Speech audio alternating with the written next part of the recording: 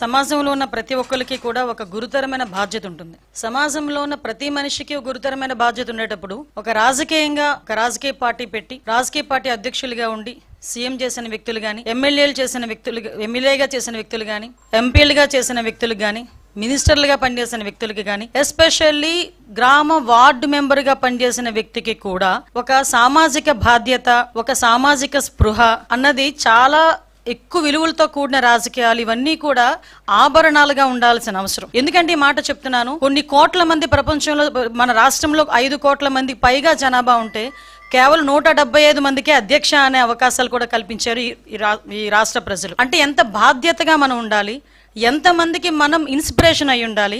మన మాట, మన నడవడిక, మన మాట తీరుతో పాటు మన బాడీ లాంగ్వేజ్ కూడా అవతల వాళ్ళకి ఒక ఇన్స్పిరేషన్ లా ఉండే పరిస్థితిలో రాజకీయ నాయకులు ఉండే పరిస్థితి. అటువంటి పరిస్థితుల నుంచి ఈ రోజు పరిస్థితులు ఎంతగా దిగజారిపోయాయంటే, ఎస్పెషల్లీ జగన్మోహన్ రెడ్డి గారు, అదే విధంగా వాళ్ళ పార్టీ మనుషులు గాని, వాళ్ళ పార్టీ కార్యకర్తలు గాని చేస్తున్న వ్యవహారాలు చూస్తూ ఉంటే ఒక్కొక్కసారి రాజకీయాలు ఇంత దిగజారిపోయాయా అనిపిస్తూ ఉంటుంది. ఎందుకు ఈ మాట చెప్తున్నానంటే, రాజకీయ నాయకులని అభిమానించే వాళ్ళు చాలా మంది ఉంటారు. అభిమానించే వాళ్ళే కాకుండా మనల్ని మార్గదర్శకంగా తీసుకునే వాళ్ళు కూడా చాలా మంది ఉంటారు. అటువంటి పరిస్థితుల్లో మన బాడీ లాంగ్వేజ్, మన మాట తీరు, మన తాలూకా బిహేవియర్ అన్ని కూడా వాళ్ళు అసెస్ చేస్తుంటారు. అటువంటి సందర్భంలో ఈ రోజు ఒక మానవత్వం లేకుండా కనీసం రాజకీయం తాలూకా, అతని తాలూకా రాజకీయ ఉద్దేశాల ధ్యేయంగా హింసను ప్రేరేపించడమే కాకుండా హింసను చేస్తూ తిరిగి దాన్ని సమర్థించుకునే పరిస్థితులు కల్పిస్తున్నా ఉంటే ఒక్కసారి నాకు నిజంగా నేను ఒక రాజకీయ నాయకురాలుగా ఉండినందుకు కొంచెం నేను కూడా ఒక్కొక్కసారి